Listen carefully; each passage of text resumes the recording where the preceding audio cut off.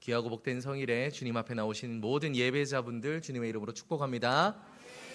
주님께서 이미 예배자분들의 마음을 받으시고 오늘 풍성한 은혜로 채워주실 줄 믿습니다. 오늘 요한복음 16장 33절의 말씀을 가지고 평안하라라는 제목으로 하나님의 마음을 전하도록 하겠습니다. 사랑하는 성도님, 오늘은요 질문 하나를 던지며 이 설교를 시작해 볼까 합니다. 성도님들의 인생은 평안하십니까? 아멘, 감사합니다. 네, 지금 감사함으로 평안하다라고 아멘으로 응답해 주신 분들도 있고, 제가 이렇게 천천히 둘러보니 내 인생은 그다지 평안한 것 같진 않아 머뭇거리는 분들도 계신 것 같습니다. 그리고 어떤 분들은 그저 자신에게 일어난 일들로 인해서 그저 쓴 웃음을 짓는 분들도 몇 분 보이시네요. 그렇습니다. 우리는요 역사상 가장 풍요로운 시대를 살아가지만요 또 역설적으로 우리는 너무나 깊은 불안을 안고 살아가고 있지 않습니까? SNS 속에 이 타인의 화려한 삶, TV 속에 나오는 연예인들의 그 화려한 삶, 내 귀에 들려오는 카톡으로 울려 퍼지는 수많은 이웃들의 화려한 삶과 내 삶을 비교해 보면요 내 인생은 그다지 평안하지 않은 것 같죠. 그리고 그렇게 남들과 비교하면서 조급하고 내일의 이 불확실성 가운데 우리들은 마음을 졸이며 그렇게 살아가고 있지는 않은지 우리는 우리들의 삶을 한번 돌아보게 되는 겁니다. 사실 우리가 살아가는 데 있어서 우리가 직장을 가지고 사람을 만나고 돈을 벌고 대학을 가고 꿈을 이루는 가장 큰 목적이 무엇입니까? 평안하려고 그러는 거지 않겠습니까? 그렇죠. 제가 이걸 가지고 남신교양대학에서도 한번 이 서론으로 설교를 했었는데, 그렇잖아요. 우리가 그 어르신들도 그런 대답을 하시더라고요. 불행하려고 살아가는 사람은 아무도 없어요. 내가 열심히 돈을 벌어서, 내가 직장을 가져서, 꿈을 이뤄서 내가 한번 불행해져 보리라, 이런 사람은 아무도 없죠. 내가 불안하게 살리라, 그런 사람은 없단 말이에요. 그런데 우리는 왜 평안하지 못한가? 모두가 힘을 합쳐서 평안을 위해 달려가고 행복하길 위해 노력하고 그렇게 최선을 다하는데 왜 우리는 평안하지 못한가? 이것이 오늘을 살아가는 어찌 보면 우리들의 하나의 숙제더라는 겁니다. 경제가 힘들고 꿈이 이루어지지 않아서, 그래서 내 삶이 어렵고 고난이 닥쳐서 평안하지 않다라는 것은요 그래도 어느 정도 이해가 가죠. 그런데 어떻습니까? 그렇지 않을 때도 있어요. 분명 내 인생에 한번 내 인생을 잘 돌아보십시오. 어느 정도 순탄하게 흘러가는 것 같은데, 찬찬히 생각해 보면 그렇게까지 부족한 건 없는 것 같은데, 내가 뭔가 꿈도 이룬 것 같은데 그 꿈에 이룬 그 기쁨이 오래 가던가요? 오래 가지가 않는 거예요. 금방 그 기쁨은 사라지고 이내 더 큰 것들을 원하는 마음들이 우리 안에 사로잡히게 되죠. 심리학자들은요 이러한 모습을 역설적으로 뭐라고 얘기를 하냐면 쾌락의 쳇바퀴라는 용어를 통해서 설명을 합니다. 쳇바퀴 아시죠? 이렇게 동그랗게 생긴 그 안에 이 햄스터나 다람쥐를 넣어두면 어떻게 됩니까? 열심히 달려요. 열심히 달려서 쳇바퀴가 뺑뺑뺑뺑뺑 도는데 햄스터는 조금도 앞으로 나아가질 못하는 거예요. 1시간을 뛰어도 2시간을 뛰어도 햄스터는 그 자리에 있는 겁니다. 그 심리학자는 말하는 거예요. 오늘을 살아가는 우리들의 모습이 그와 같지는 않은가라는 겁니다. 월급이 들어오는 날 잠깐 미소를 지을 수 있죠. 아이들이 원하는 걸 사주는 날 조금 기쁠 수는 있습니다. 내 생일이거나 가족들이 함께 모여 여행을 갈 때 너무나 즐거울 수 있는데 이내 찾아오는 허무함과 불안감과 아픔이 있다라는 거예요. 그러니 우리는 더 큰 것들을 찾아 또 다른 행복을 찾아 인생 가운데 고민하고 또 눈물 짓는 것이 우리들의 삶이라는 거죠. 한 문장으로 요약하면 무엇입니까? 평안하고 싶지만 누구보다 불안한 시대를 살아가는 것이 우리다라는 것입니다. 자, 이것이 우리에게 주어져 있는 아주 놀라운 딜레마라는 거죠. 자, 근데 더 놀라운 것이 무엇인 줄 아십니까? 여기 앉아 있는 모든 그리스도인들은 이미 평안을 약속받은 자들입니다. 할렐루야. 자, 그런데 우리 안에 평안이 없다라는 거예요. 우리는 분명 평안을 약속받았고 평안을 받았음에도 불구하고 우리들의 인생은 여전히 불안하고 걱정되고 근심되는 것들이 많다라는 것이죠. 부디 바라는 것은 오늘 선포되는 말씀 가운데 주님이 주시는 평안으로 채워지는 은혜가 있길 소망합니다. 자, 오늘 본문의 말씀은요, 예수님께서 우리들의 죄를 대신해 십자가를 지시기 전 제자들을 한데 불러 모으시고 그 제자들에게 가르쳐 주시는 그 말씀, 그 마지막 자락에 있는 그 가르침입니다. 정말 많은 내용들이 있는데 16장 전체의 내용을 딱 한 절로 요약하면 그게 바로 오늘 우리가 읽은 이 33절의 말씀이라고 볼 수 있죠. 그래서 우리는 이 33절 한 절의 말씀을 가지고 오늘 16장 전체의 내용을 한번 살펴보려고 합니다. 우리가 33절의 앞부분을 먼저 함께 읽어보도록 하겠습니다. 이것을 너희에게 이르는 것은 너희로 내 안에서 평안을 누리게 하려 함이라. 아멘. 자, 예수님은 분명한 목적을 처음부터 밝히고 가시죠. 내가 이것을 너희에게 이르는 이유가 무엇이다? 평안을 누리게 하려 함이다. 할렐루야. 이것이요, 이 16장을 시작하는 처음에도 정확히 드러나 있는 목적입니다. 16장 1절의 말씀을 띄워주십시오. 우리가 함께 읽습니다. 내가 이것을 너희에게 이름은 너희로 실족하지 않게 하려 함이니. 아멘. 그렇습니다. 우리가 인생을 살아가다 보면요, 누구나 잘 걸어가고 싶죠. 힘있게 걸어가고 싶죠. 제가 제 아내한테도 듣고 성도님들한테도 듣는데, 삶을 살아가다 보면 힘들 때가 있잖아요. 그러면 어깨가 축 처지고 내 육신이 내 마음대로 움직이지 않고 내가 원대로 신앙생활을 하지 못할 때가 있어요. 제 아내가 요 며칠 한 2주가 그랬던 것 같아요. 그래서 집에 가면 아내가 저를 보면 늘 하는 인사가 이거였어요. 아내는 약간 뭔가 자기가 불리하다 싶을 때는 저를 목사님이라고 부릅니다. 그래서 목사님, 제가 앞으로 더 열심히 힘있게 신앙생활 할게요, 이렇게 이야기를 하더라고요. 맞아요. 이게 우리들의 마음이에요. 누구나 힘있게 걸어가고 싶은 거예요. 누구나 당당하게 건강하게, 누가 봐도 와, 저 사람 멋있다 할 정도로 멋지게 우리가 신앙생활을 하고 싶죠. 우리의 마음이에요. 그런데 우리가 실족할 때가 있죠. 우리의 육신이 실족을 하거나 마음이 실족을 하거나 영적인 문제로 무너질 때가 있더라는 거예요. 자, 그러면 어떤 일이 벌어지게 되냐면요, 가장 첫 번째로 일어나는 일이 뭐냐면, 우리가 무너질 때 우리는 놀랍게도 하나님의 약속의 말씀을 잊어버려요. 그 순간 붙잡아야 되는 게 하나님의 말씀인데 오히려 우리는 그 순간 하나님의 약속의 말씀을 잊어버리죠.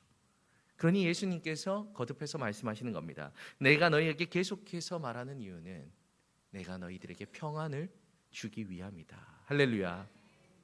이것이 예수님의 말씀임을 믿으시길 바랍니다. 그렇게 예수님의 말씀을 들으며 그 말씀에 순종하며 사는 자들에게는 참된 평안이 있음을 믿으시길 바랍니다. 그렇습니다. 방금 우리가 이 말씀을 아멘으로 응답했음에도 불구하고요, 우리들의 마음에는 여전히 우리들의 마음을 짓누르는 짐이 있죠. 왜 그렇습니까? 내 삶을 돌아보면 여전히 내 삶은 평안과는 거리가 있어 보이기 때문이에요. 평안보다는 뭐랄까, 분투하는 삶, 뭔가 노력하는 삶, 내가 어떻게 해서든 버텨내는 삶, 이것이 우리들의 인생이라고 더 가깝게 느껴지기 때문이죠. 그러니 평안을 바라긴 하는데, 아멘으로 응답하긴 하는데 그것이 선뜻 믿어지지는 않는 거예요. 우리 마음에 기쁨이 없는 거죠. 왜냐하면 우리는 평안하지 않기 때문입니다. 자, 그러면 우리가 여기서 먼저 한번 질문을 던져봐야 되겠죠. 왜 우리는 평안을 누리지 못하는 것일까? 자, 질문이 아주 중요합니다. 왜 우리는 평안을 누리지 못하는 것일까예요. 평안이 우리에게 없는 게 아니라는 겁니다. 예수님은 우리에게 이미 평안을 주셨습니다. 할렐루야. 그분의 생명으로, 그분의 보혈로 그분은 우리에게 영원한 평안을 주셨습니다. 우리는 이미 평안을 가진 자들이에요. 근데 누리질 못하는 거죠. 놀랍게도 예수님께서 공생애 가운데 가장 많이 하신 말씀 가운데, 가장 많이 한 약속 가운데 하나가 평안이라는 사실을 알고 계십니까? 평안을 빌라. 그곳에 가서 그 평안을 빌고 그들이 받지 못할 것이 되면 그 평안은 너희들의 것이 될 것이다. 내 믿음이 너를 구원하였으니 너는 평안히 가라. 내가 세상이 줄 수 없는 기쁨과 평안을 너희에게 주겠다. 여자들이여, 너희가 평안하냐? 예수님은요, 계속해서 이 평안에 대한 말씀을 주셨죠. 자, 그런데 왜 그리스도인인, 예수님을 따라간다는 그리스도인인 우리는 평안하지 못하는가? 물론 여기에는 너무나 많은 이유가 있겠지만 오늘 성경 본문을 통해서 발견할 수 있는 이유는 바로 이런 것입니다. 세상에서 너희가 환난을 당하나. 세상에서 너희가 환난을 당한다는 거예요. 이것은 예수님의 말씀입니다. 여기서 환난에 해당되는 이 헬라어는요, 들립시스라고 하는데 이것은 압박, 억압, 시련, 고난 등을 뜻하는데 쉽게 말하면 이런 고난을 뜻하는 겁니다. 엄청나게 무거운 돌이 그 사람을 짓눌러서 뼈가 으스러지는 상황. 이것이 헬라어로 들립시스라는 거예요. 숨을 쉴 수 없는 거죠. 그렇게 이것은 육체적인 고통이기도 하지만 동시에 마음의 아픔이나 영적인 고난을 뜻하기도 하는 말인 겁니다. 그런데 이것이 무엇이다? 그리스도인의 삶에 가득하다는 거예요. 예수님이 이미 말씀하셨습니다. 너희들이 세상에서 환난을 당할 것이다. 그렇습니다. 우리는요 분명 구원을 받았습니다. 할렐루야. 예수님이 죽고 부활하심으로, 그리고 그 예수님을 우리가 구주로 고백함으로 말미암아 예수님의 생명은 우리의 생명이 되었습니다. 할렐루야. 이것이 우리가 누리는 생명의 근원이며 복음의 정수이며 평안의 근원임을 믿으시길 바랍니다. 우리는 분명 받았다라는 거예요. 자, 그런데 어떻습니까? 구원이 그때 이루어졌지만 이루어가는 이 세상 속에서 이 세상은 여전히 죄악이 가득한지라 우리가 이 가운데서 살아갈 때는 어쩔 수 없이 달아붙는 이 고난과 환난의 문제가 있다라는 거예요. 우리는 지난 일주일 동안 다니엘 기도회를 통해서 그런 자들을 참 많이 봤죠. 그렇지 않습니까? 많은 은혜를 누리기도 했지만 우리가 사랑의 헌금 대상자들을 볼 때마다 정말 마음이 무거워지지 않습니까? 말이 나오지 않는 사람들이 너무 많은 거예요. 한 사모님은 보십시오. 자기가 난소암으로 인해 이제 시한부 판정을 받았습니다. 언제 하나님의 품에 안길지 알 수가 없어요. 그런데 자신이 사랑하는 딸, 결혼까지 한 그 딸이 유방암으로 사기인가요? 그 정도로 판정을 받아서 말기 암 환자인 어머니가 이 딸을 간호하는 그 지경에 이르렀죠. 희망이 안 보이는 거예요. 들립시스, 온몸이 짓눌리는 것과도 같은 그 환난을 당하더라는 거죠. 이것이 믿음의 문제일까요? 그렇지 않습니다. 우리가 이틀 전에 왔던 전요셉 목사님인데 그 인생이 어떻습니까? 정말 그 자녀 딸 사랑이를 보면 너무 예쁘게 생겼어요. 너무 사랑스러워요, 이름 그대로. 그런데 말할 수 없는 병, 정말 남자아이들에게나 정말 희귀하게 걸리는 병, 여자아이들은 걸리지도 않는 그 근육쇠약이 되는 그 병에 걸려서 애가 목숨을 부지할 수가 없는 거예요. 치료를 하는데 45억이 든다고요? 치료제 하나가 보험도 안 돼서. 그게 가늠이 가십니까? 그 고통과 그 아픔이. 그런 일들이 이 세상 가운데 그리스도인들에게도 덮칠 때가 있다라는 거예요. 들립시스, 정말 그 숨도 못 쉴 정도로 내 뼈를 으스러뜨릴 정도로의 그 고난이 우리에게 닥칠 때가 오더라는 거죠. 자, 근데 이뿐입니까? 믿는 자들은요 믿음을 지키기 위해서 받는 고난도 이루 말할 수가 없습니다. 제가 신앙 상담을 하다 보면 정말 많이 듣게 되는 참 안타까운 것 중 하나가 이런 거예요. 목사님, 제가 정말 교회 나가고 싶은데 제가 교회를 나가는 순간 우리 집안이 풍비박산이 납니다. 제가 도저히 나갈 수가 없어요. 자녀들이 막 저를 뜯어말리고요. 남편이 두들겨 패는데 견딜 수가 없습니다. 이런 분들이 한두 가정이 아닌 거예요. 믿음을 지키는 것 하나로 인해서 받는 고난이 너무 극심하다는 거죠.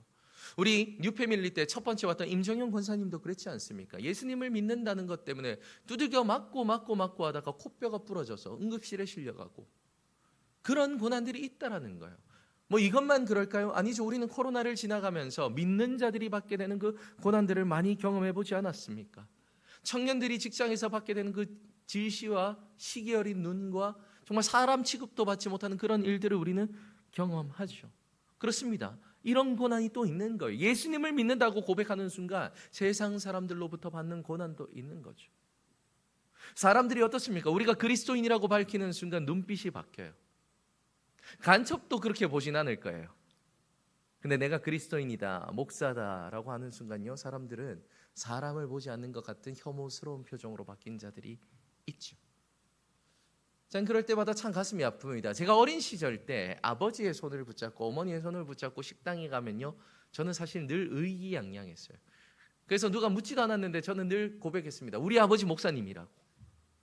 자랑스러웠거든요. 그러면요, 식당 주인들도 얘기를 해요. 와, 어쩐지 생기신 것이 선하더라. 너무 좋아 보인다. 착해 보인다. 그게 옛날에 그리스도인의 평가였죠. 근데 요즘은 어떻습니까? 막 웃으면서 얘기를 하다가도 목사인 거라면, 아, 목사였어요? 표정이 바뀌어요. 냉랭해지죠. 거리를 두기 시작합니다. 인간관계가 되지 않죠. 직장에서 청년들이 그걸로 받는 고통이 얼마나 심한 줄 아십니까? 청년들은요, 그곳에서 사람 취급을 받지 못한 자들도 있다고 합니다.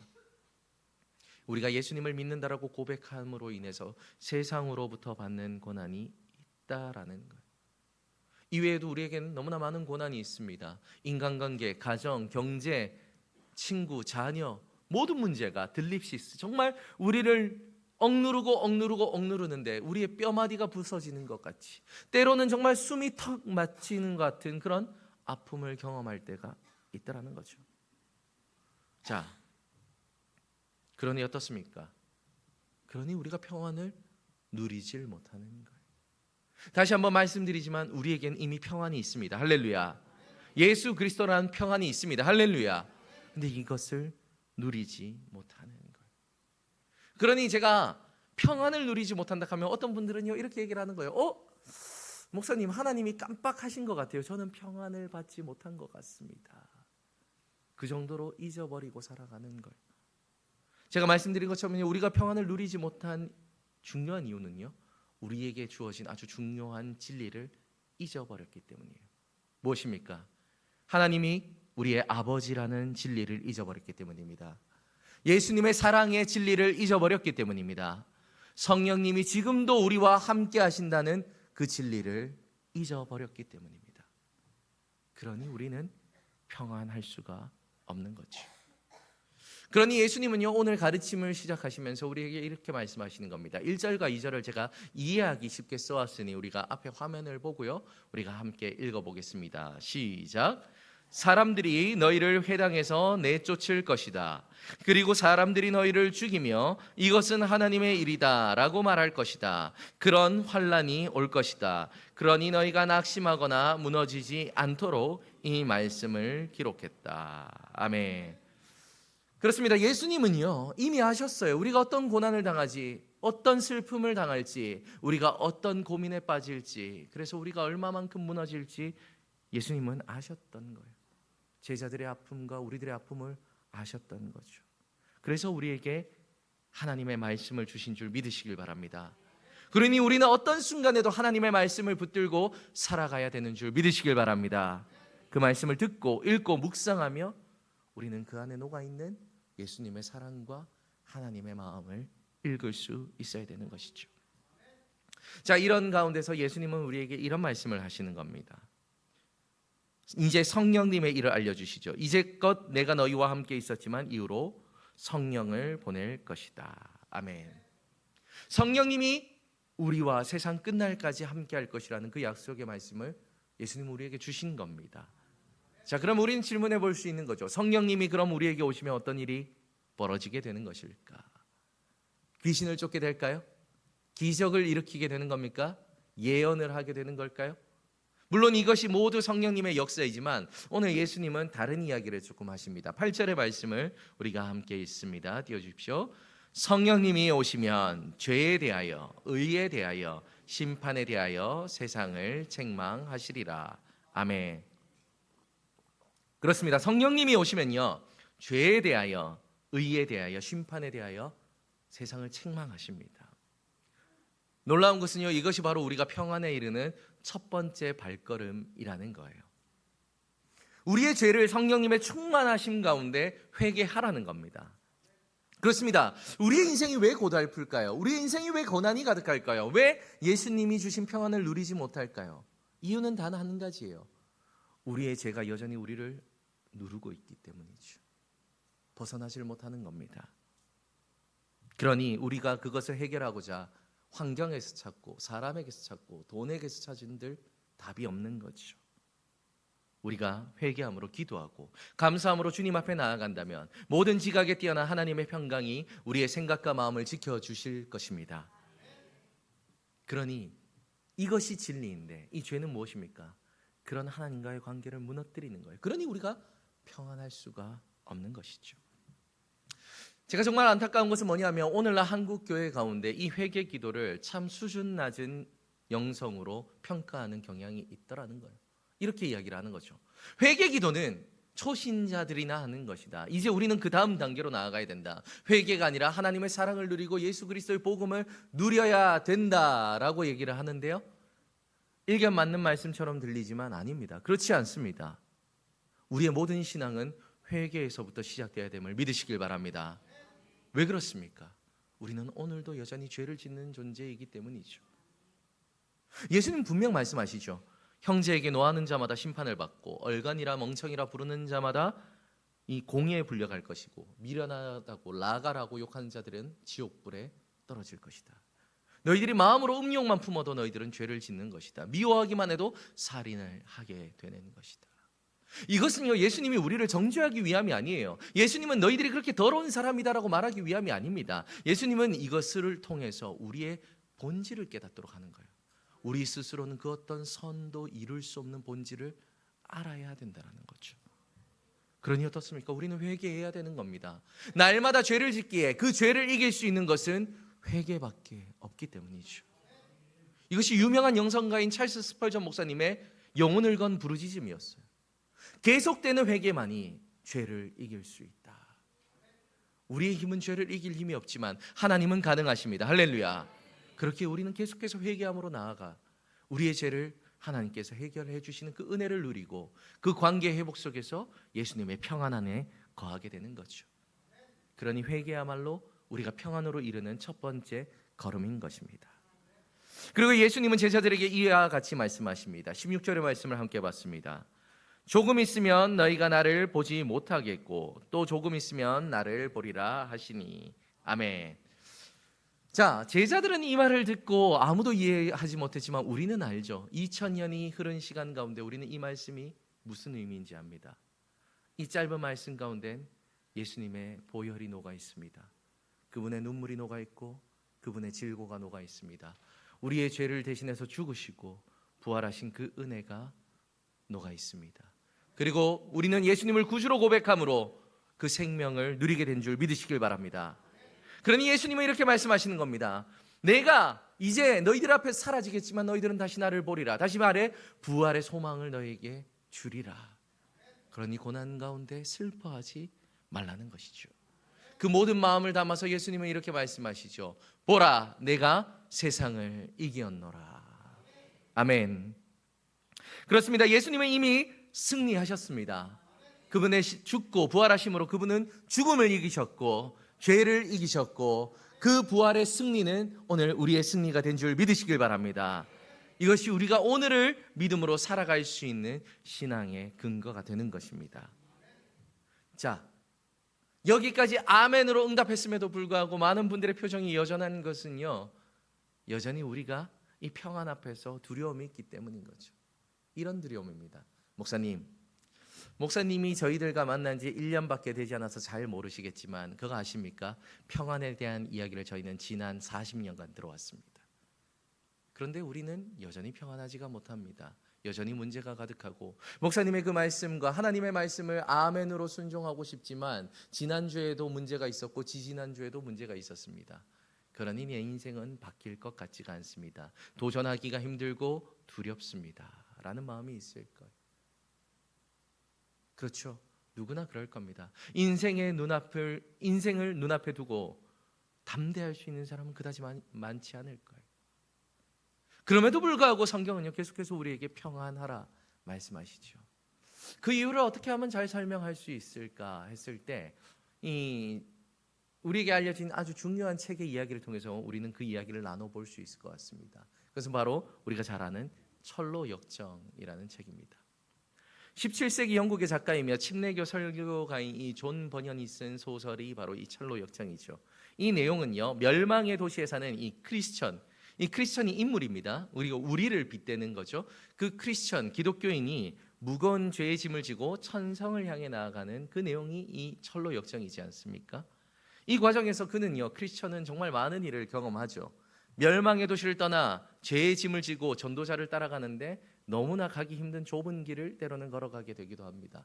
그리고 십자가 앞에서 그 모든 죄의 짐을 내려놓고 새 옷을 입는 아주 아름다운 경험도 하게 되죠.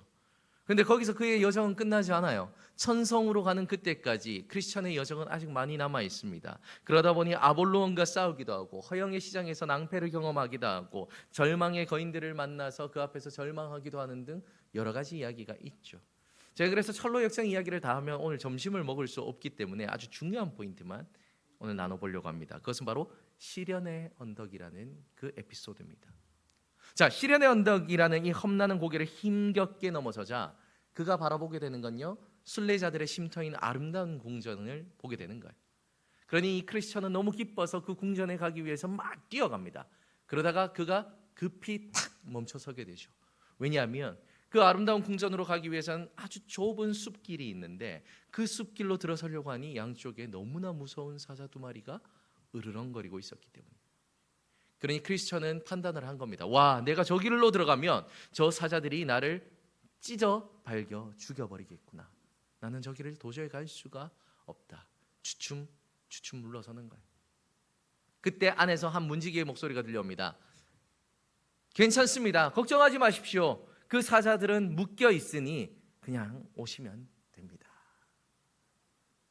그 크리스천은 그 말을 듣고 이게 사실인가 싶어서 한 발, 두 발 용기를 내보죠. 걸어가는 겁니다. 그런데 사자들이 가까이 오니까 으르렁거리는 그 소리를 듣게 되는 거예요. 그러니 온몸에 소름이 끼치면서 다시 뒤를 돌아서 주랭랑을 치는 겁니다. 왜냐하면 크리스천 눈에는 그 목에 묶여있는 쇠사슬이 숲에 가려서 보이지가 않는 거예요. 믿을 수가 없는 거죠. 그러니 또 안에서 소리가 들려오는 겁니다. 괜찮습니다. 목에 쇠사슬이 있으니 걱정 말고 걸어오십시오. 또 그러면 이제 믿음을 가지고 걸어가는 거예요. 그러다가 옆에서 사자 소리가 들리면 또 움찔합니다. 그러면 또 들려오는 겁니다. 괜찮습니다. 걸어오십시오. 또 한 걸음 내딛는 거예요. 온몸에 소름이 돋는 겁니다. 그리고 으르렁 소리를 들으면 또 두렵지만 들려오는 거예요. 괜찮습니다. 걸어오십시오. 크리스천은 그래서 뭘 봅니까? 고개를 숙이고 자기 눈앞에 있는 좁은 길만 보면서 걸어오죠. 그렇게 순례자의 쉼터에 도착하게 됩니다. 사랑하는 성도님, 바로 이것이 예수님이 우리에게 평안하라라고 말씀하신 이유예요. 우리가 인생을 살아가다 보면요, 이런 사자들을 만날 때가 있어요. 고난이라는, 환난이라는 사자예요. 내가 봤을 때는 도저히 이겨낼 수가 없을 것 같아요. 저것이 나를 덮치면 저 환난 가운데 내 인생은 갈기갈기 찢겨서 죽을 것만 같죠. 그때 예수님의 음성이 들려오는 겁니다. 괜찮다. 내가 세상을 이겼다. 평안해라. 우리는 용기를 내고 걷지만 이내 두려워오는 겁니다. 고난이 너무나 극심하기 때문이죠. 현실 속에서 내 피부를 꿰뚫고 있기 때문입니다. 그러면 또 뒷걸음질 치는 거예요. 그때 예수님은 또 설교를 통해, 이 성경 말씀을 통해 기도의 응답 가운데 얘기하십니다. 괜찮다. 내가 세상을 이겼다. 평안해라. 그러면 우리는 그 말씀을 의지하여서 고개를 숙이고 딱 한 가지만 바라보며 길어가는 겁니다. 무엇입니까? 그 좁은 길이에요. 내가 곧 길이요 진리요 생명이니. 예수 그리스도라는 그 길만 보며 걸어가는 겁니다. 계속해서 귀를 기울이며 괜찮다. 내가 너를 구원하였다. 내가 세상을 이겼다. 내가 너에게 평안을 주리니 걸어와라. 할렐루야. 그걸 듣고 우리는 한 걸음 또 한 걸음 걸어가는 겁니다. 그렇게 걸어가면요, 우리의 그 모든 걸음의 끝에는 오직 하나님의 평안, 아름다운 도성이 있을 줄 믿습니다. 성도님, 바로 이것이 우리들이 살아가는 신앙의 여정이요, 믿음의 결단인 겁니다. 우리의 눈으로 바라보면요 사자죠. 우리의 눈으로 바라보면요 고난입니다. 우리의 귀로 들으면 아무것도 해결될 문제가 없습니다. 하지만 우리가 예수님을 집중하고 예수님의 말씀에 귀를 기울일 때 예수님은 우리에게 평안을 선포하십니다. 괜찮다. 너희들은 하나님의 자녀이며 너희들은 나의 제자이다. 내가 세상을 이겼으니 나의 평안을 너희에게 주노라. 할렐루야. 이것을 믿는 믿음으로 오늘 하루도 믿음으로 한 걸음을 또 내디디십시오. 그 길의 끝에는 우리 하나님께서 두 팔을 벌리고 성도님들을 기다리고 계실 것입니다. 부디 바라옵는 것은 우리 모두가 이와 같은 믿음을 가지고 살아가는 복된 남신교회 성도님들이 되시길 주님의 이름으로 축복합니다.